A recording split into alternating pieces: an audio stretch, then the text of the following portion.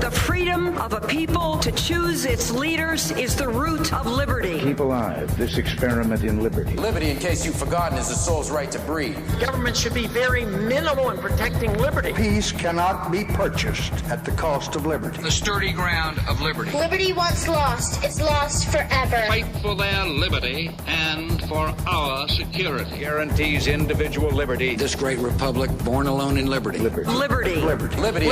Liberty. Liberty. Liberty. Just how much do you want liberty? This is Liberty Nation with Tim Donner, cutting through the double talk, taking on the topics, going after what the politicians really mean, and making it all clear. For your freedom and your liberty. Liberty Nation with Tim Donner. From friends to frenemies to enemies, Donald Trump and Steve Bannon. Welcome back into Liberty Nation. After a week that saw the release of incredible comments about President Trump from his one-time senior advisor, we will examine the rise and fall of Steve Bannon.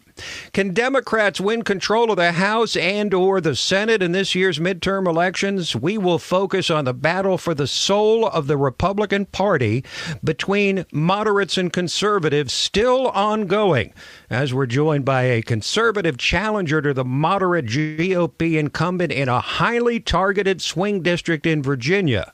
And we'll analyze whether the Democrats' singular focus on attacking Donald Trump will be enough for them to win in November. And the drug war is back. LibertyNation.com legal affairs editor Scott Cosenza will join us to discuss Jeff Sessions' decision to reassert federal authority on marijuana. Say what? Say what? Say what? One more time. We start with Say What, where we unveil some of the most wacky, astonishing, and damnable things uttered by politicians and the chattering class. And the comments of Steve Bannon released this week would easily qualify as all three.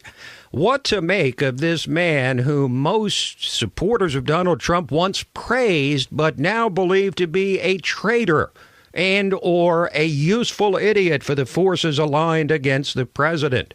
Of course, there's another possibility that Trump was right when he said Steve Bannon has lost his mind.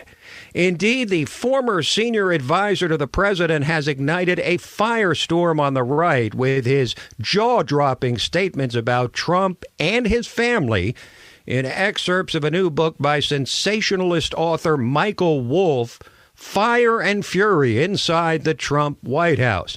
Among other things, Bannon called the meeting between Donald Trump Jr. and a Russian woman promising dirt on Hillary Clinton treasonous, and said he was certain the candidate knew all about the meeting and likely met with the Russian informant as well, even though that meeting occurred before Bannon was hired by the campaign. Bannon further claims that Trump and First Lady Melania Trump did not even want to win the election. So one is left to conclude that Trump's prolific and now legendary last 2 weeks of furious campaigning was just a clever smokescreen. So how did the president respond? With a predictably blistering statement condemning Bannon and minimizing his role in the Trump campaign and administration.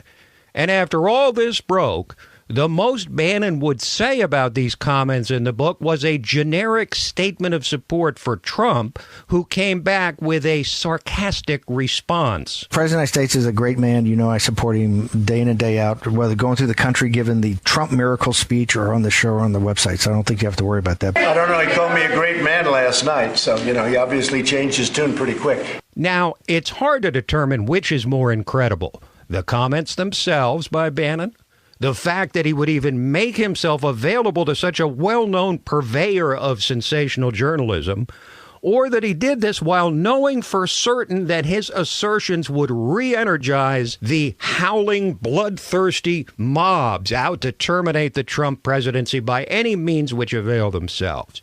So the double-minded Bannon claims to support Trump at every turn on one side of his mouth, while leaking and defaming not just the president, but his family on the other. What exactly did Bannon think would happen when he decided to go tell all? Well, here's what he's wrought. Even louder calls for extending the Mueller probe, the thus far fruitless Russia collusion investigation where the only news has been processed crimes unrelated to the Trump campaign.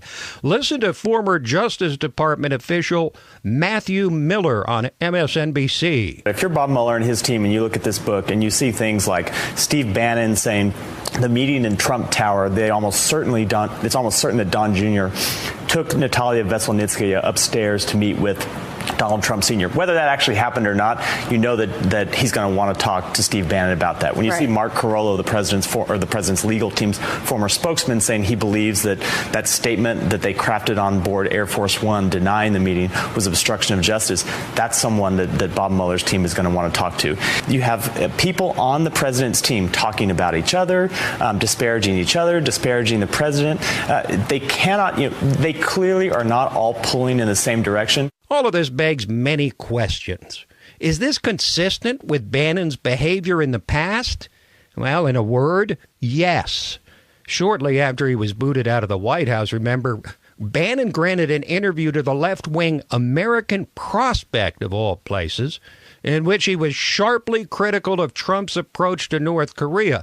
And more importantly, it was an open secret around Washington that Bannon was removed from the administration because he was privately unmasked as a primary source of the leaks that were so frequent in the early days of the administration. You remember that, right?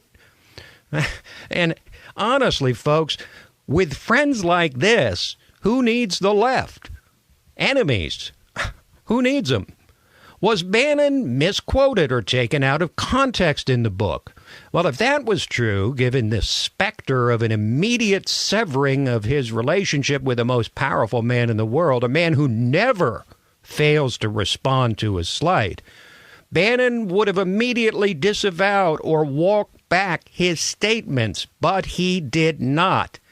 Indeed, Dana Lash, conservative activist and host of the Dana Show here on Radio America, says spilling dirt, real or speculative or concocted, to this controversial author Michael Wolff is actually typical of Bannon's pattern of double-minded behavior. I know a lot of people are talking about whether or not they can trust Michael Wolff, and this guy seems to be untrustworthy and unethical. Steve Bannon trusted him enough to go and blab to him. Steve Bannon trusted him enough to let him in the inner sanctum and encourage other people within the Trump administration to talk to this guy. Steve Bannon claims to be a warrior against the media, but this is a guy who repeatedly has gone to the mainstream media to leak stories and to blab about the administration in an effort to undermine the president's foreign policy decisions. So, are those who've worked with Bannon, not counting those who are employees of Breitbart News, supportive of him or surprised by his statements? In a word, no.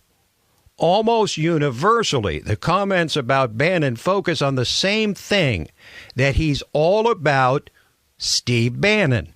Again, Dana Lash says she wasn't even surprised at what Bannon did. He's an opportunist. This is an individual who likes to take credit for other people's success. He glommed onto Sarah Palin in the early days of her campaign. He glommed onto Andrew Breitbart. He glommed onto Ted Cruz, and he did the same thing with President Trump. He catches people as they're ascending or after they've already ascended and then tries to claim credit for all of their accomplishments. Let's examine that last claim when it comes to Donald Trump.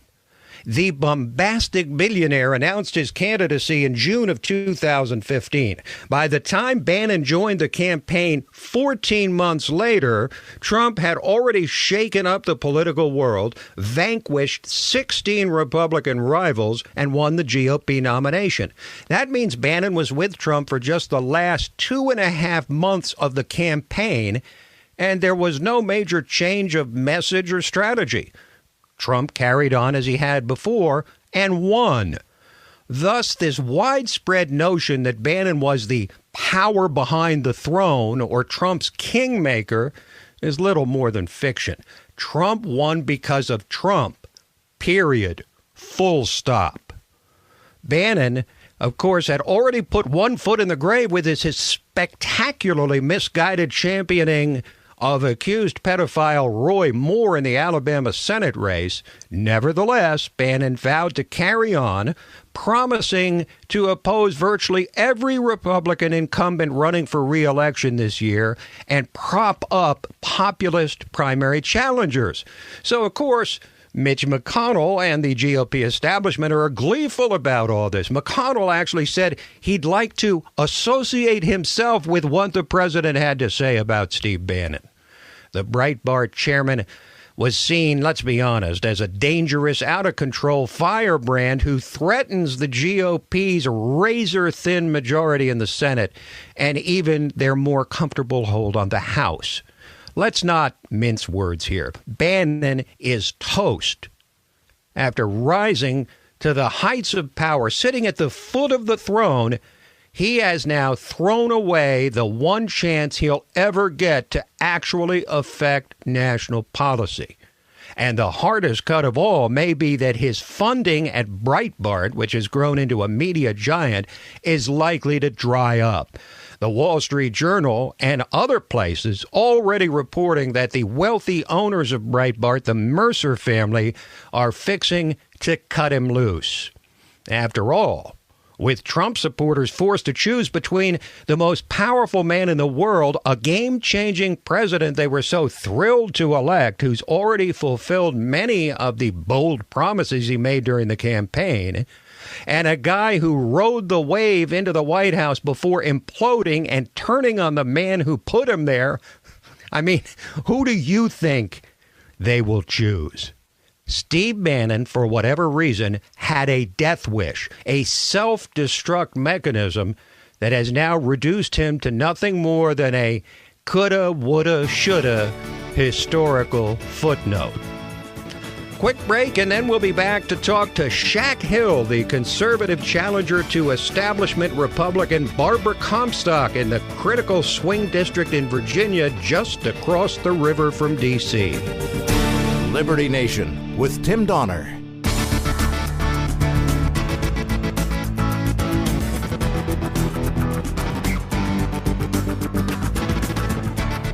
What we have heard here today has been a political spectacle. We elect these guys to run the country. They're just not doing their job.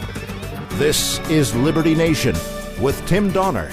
As the Republican Party prepares to defend their majorities in the House and Senate in the midterm elections later this year, the GOP has yet to sort out the radical differences within their own party.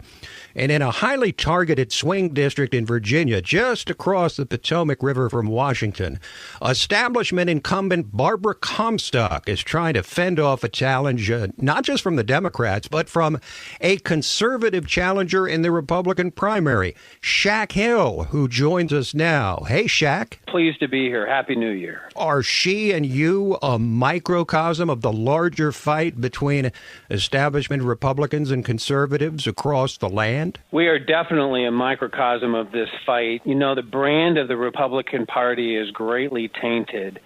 It's tainted with one part of our party that's looking for larger government solutions and another part that's looking for individual liberties and freedoms. And what's so wrong with Barbara? Well, she promised that she was going to be a Reaganite, to cut our taxes, to secure our borders, to repeal and replace Obamacare. And yet, when she became a member of Congress, she voted exactly opposite of all of those. She has broken her promises. She voted with every single Democrat to keep Obamacare in place. She voted with every single Democrat to use our taxpayer dollars to pay for transgender surgeries in the United States military. She's voted against Donald Trump's budget. And when you look at her campaign promises to what she's doing, even the Heritage Foundation ranks Barbara in the bottom 17% of all Republicans in the nation, ruining the Republican brand and causing this establishment versus more liberty-minded Republicans coming forward. Shak, you send out the best most informative emails of almost any candidate I've ever seen. In one of those emails, you reveal that Barbara Comstock actually has a lower rating from Conservative Review than Maxine Waters. Is that really true? It is really true, Tim, and it's sad and disappointing. Radio talk show host Mark Levin points to the Conservative Review scorecard as one of his best scorecards, and Barbara Comstock is a 25% score. And Maxine Waters, the liberal from California, is a 26. And Barbara's score puts her in the bottom 25 Republicans in the nation. And this is another reason why she's alienated her base and she's going to lose in the conservative 10th congressional district here in Northern Virginia. While Barbara Comstock has become a very public crusader for cracking down on sexual harassment in Congress, she's actually been sitting on the committee that controlled the secret slush fund, making payouts of taxpayer money to settle sexual harassment claims against members of Congress. This is a real doozy. This just goes to show how deeply embedded she is in the establishment and the swamp. The Office of Compliance strokes the checks that hands the money to the sexual harassment victims. It's always sad when this occurs. But they cannot do this without permission from the Congress. There is a congressional committee which is called the Committee on House Administration, and that committee has 6 Republicans and 3 Democrats, and Barbara Comstock sits on that committee. She's been there ever since day one of her term in Congress. And unfortunately for us, the chairman of that very committee has decided to resign from the Congress, and we have called on Barbara Comstock to resign as well. She is letting down the sexual harassment victims by enabling the predators to remain unnamed. Barbara Comstock is a clever politician. She sees that Trump is unpopular in her district, so she tries to focus on bipartisan issues like sexual harassment and traffic and saving animals. So how can you, a boldly pro-Trump candidate, expect to win in a district where Trump is so unpopular? The president is really showing us that his policies are truly making America great again with this tax cut. And don't forget, Barbara voted against his budget in October, one of the few Republicans to do that. But with this tax cut, with the economy moving forward, kitchen economics is really going to play a big part in our primary, which is June 12th. So what we're going to discover is that this election, Tim, is not going to be, are you a Republican or are you a Democrat? This election is, are you pro-President Trump or anti-President Trump? And of everybody running for this seat, I'm the only pro-President Trump candidate. And because of that, I will win the primary, and I will go on to win the seat and help move President Trump's agenda forward. Good luck to you, Shak. Well, thank you very much. Everybody can visit shakhill.com to learn more about me, and keep up the good work, Tim. SHAKHILL.com. Shak Hill, GOP challenger to Barbara Comstock in Virginia's critical 10th district. So what issues will be most on the minds of voters when they go to the polls in this year's midterm elections? Trump or the economy? We'll break it all down for you when we return. Liberty Nation with Tim Donner.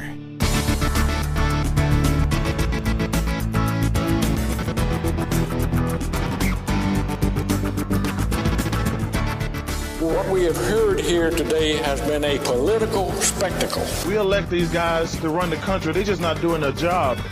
This is Liberty Nation with Tim Donner. Well, it would seem to be an obvious answer to a question that should never have to be asked. Can Democrats actually take control of the House and or Senate in this new year of 2018 if they have no agenda beyond virulent opposition to every accomplishment and policy of President Trump? This is not a rhetorical question, one that answers itself, though it should be. I mean, if all a political party has to offer is that it's not the other party and is violently opposed to the disgusting, racist, sexist, fascist, whatever chief executive, there's little in the way of policy prescriptions for voters to consider. But in the age of Donald Trump, it could be enough. Consider that neither Virginia's Ralph Northam nor Alabama's Doug Jones, the two big Democratic winners in recent elections, were exactly spellbinding candidates. I mean, neither offered much beyond the standard age-old Democratic talking points. But what they really provided as virtual placeholder candidates was for Democrats to turn out in record numbers for not the candidate himself, but the opportunity to vote against Trump. It's almost as if many Democrats in those two states felt guilty for not voting in 2016. Even though Hillary Clinton won Virginia handily and Trump romped in Alabama. Now, when Democrats rolled out their long-since forgotten policy agenda entitled A Better Deal last fall, their singular attempt to actually advance some ideas of their own, it hit like a lead balloon and was quickly relegated to an historical footnote. It was a naked attempt to compensate for their neglect of working-class voters in the 2016 election, and it contained about as much legitimate material as Al Capone's vault. But if the Democrats really intend to put forward some sort of coherent agenda, we've got hints of what it will be. Just what they already tried to do with that better deal thing, economic populism. Here's former DNC chair Howard Dean on CNN. The off-year elections for Congress, your message is, I'm not the president. Right. That's all you need. Now, we're going to have more of that than a message. I would hope we're going to actually, I hope we adopt some of the economic populism that Trump claimed that he was going to do. Aha. Economic populism, trying to win back those previously Democratic working class voters behind the previously impenetrable blue wall that was supposed to be the firewall for Hillary Clinton, including Michigan, where Democrat Congresswoman Debbie Dingell echoed the same theme about economic populism. I think if the election were held today, there are a lot of people that weren't engaged last year that are engaged. But it's a long time between now and next November. And I don't think the issues are going to be about the president. I think they are going to be about the same issues I predicted to everybody 2 years ago when I said Donald Trump could become president. Their economic issues, their jobs, their pensions, their trade deals. If that's true, then the Democrats are in trouble because they don't own those issues now. Trump does. But if you believe those voter preference polls that show a generic congressional Democrat candidate defeating his Republican counterpart by about a dozen points, the Democrats' lack of a specific agenda appears not to matter to the mass of voters. Will it be enough for Democrats to simply vow to oppose this president at every turn and count on the half of the country that hates Trump to be energized enough to show up and vote for them, the Democrats? Or will the Democrats decide that working with Trump on a bipartisan issue like infrastructure is the better bet? On one hand, that would allow them to promote the idea that they will work constructively, even with a despised president of the opposing party, when there's any semblance of common ground. But while that strategy might appeal to independent voters and traditional Democrats, it also runs the risk of inflaming and suppressing turnout among their current electoral base, the left-wing resistance. Now, clearly, the Democrats are counting on much higher turnout than usual for midterm elections to negate any fallout from their lack of a discernible agenda. And the polls so far have done nothing to dissuade them from a strictly anti-Trump position. And Howard Dean makes a noteworthy point, predicting the Democrats will win not because of traditional Democrats, but because of younger activists. It's going to happen probably because the field organization is actually built by the people who vote for us, who are not actually necessarily Democrats. I mean, we won Virginia. The DNC did a good job in Virginia, but we won Virginia because of groups like Run for Something and Indivisible and Color of Change and Voto Latino. And so the question is, how do you coordinate all these groups? Because these kids don't believe in institutions, but they're unbelievably powerful. But there is still the matter of the economy. You remember when Bill Clinton defeated George H.W. Bush in 1992, he did it by following the now immortalized strategy, "It's the economy, stupid."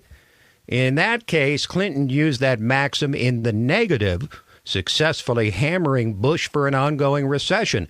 But 2018 stands to be the opposite, as Republicans seem likely to tout improving economic growth and better employment numbers to appeal to voters' self-interest.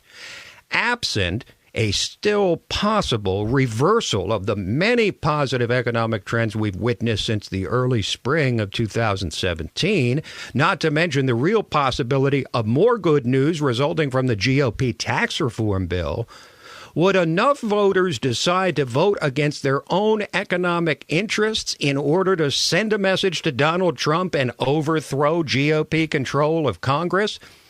Well, Republican National Committee Chair Ronald McDaniel thinks not. We are delivering on promises that we made. We have an accomplishment column that is very large, and the Democrats have nothing to run on. They've done nothing this year. So the $64,000 question as we enter this new year is whether this year's elections will be more a referendum on Trump or more a referendum on the economy. And while much is likely to happen, certainly will, between now and November when voters go to the polls, it stands to reason that voters will be left with a stark choice. Vote for the Republican if the economy is the most important issue to you, or for the Democrat if you are so appalled at President Trump that an improving economy becomes strictly a secondary issue for you. We will take a quick break and then come back with Jeff Sessions declaring a reboot of the federal drug war, promising to reassert federal authority on the use of marijuana. We'll be joined by LibertyNation.com legal affairs editor Scott Cosenza for Talkin' Liberty. Liberty Nation with Tim Donner. And now, constitutional lawyer and LibertyNation.com legal affairs correspondent and editor Scott Cosenza to discuss rebooting of the drug war by Jeff Sessions. Hello, Scott. Hi, Tim. Well, this is quite a switch from what we might have expected from the president himself, though not necessarily from Jeff Sessions, who says now that he will reinvigorate federal authority in asserting control over states who have individually by themselves passed marijuana laws that allow everything from legalization of medicinal marijuana for medical purposes to recreational use, to sale and recreational use.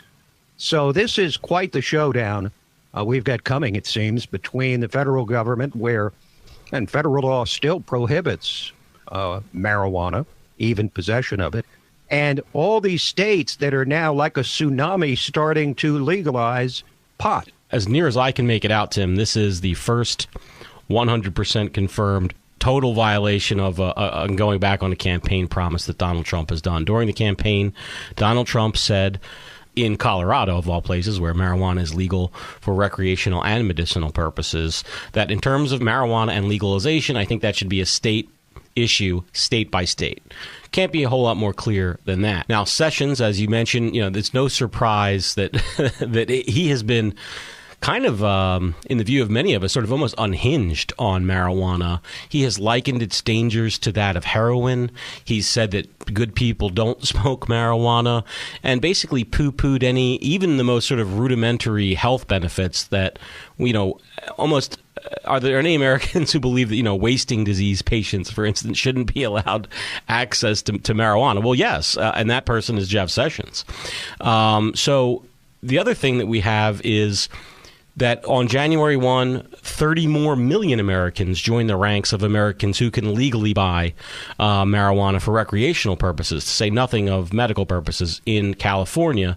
And now we have the federal government saying, in essence, put the brakes on all of that, and we're going to go forward and enforce federal law. And as I wrote about on LibertyNation.com, federal law includes life sentences for distribution and cultivation at levels which are fairly common in states where these are legal, right? I mean, there's a lot of weed being sold in Washington and Oregon, in Colorado, California, Nevada, et cetera.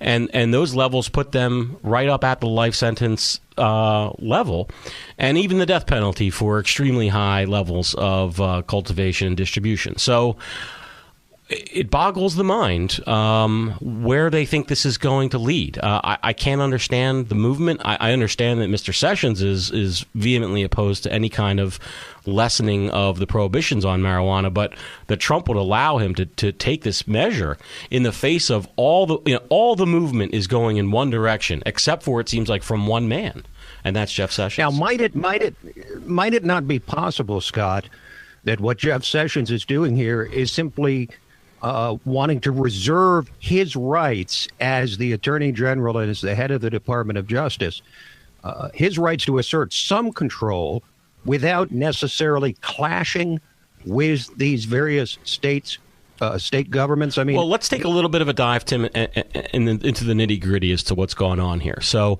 in 2013, faced with the prospect of a number of states legalizing access for patients for marijuana and legalizing some recreational, and by the way, often done not with the help of state-level politicians, but through direct democracy, where citizens were tired of inaction by their politicians and said, stop arresting our patients.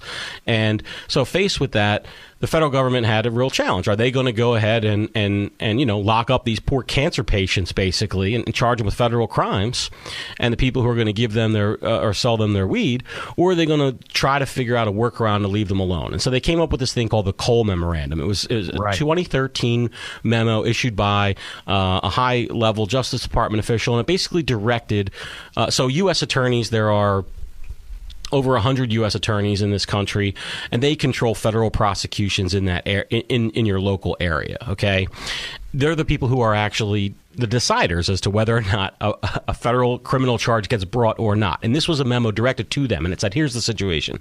With limited availability for prosecution of crime and with the goal of harm reduction, basically you should only prosecute marijuana crimes if they fall under these certain steps, and basically leave people who are operating legally under state law alone. Now, it didn't explicitly say that you can't prosecute those people. It just gave the guidance as to how the resources of the offices should be used. And if they were used under the rubric set in that memorandum, then you'd have zero or near zero prosecutions of people acting legally under state law. And that was a convenient solution through this weedy existence that we have with this tension between federal and state laws at odds in this area. Sessions always had the power to direct a certain prosecution if he wanted to in contravention of this memoranda. It's not a law. It's internal policy for the Justice Department as to how they directed their U.S. attorneys to act. So I don't think that your statement is right, or your question.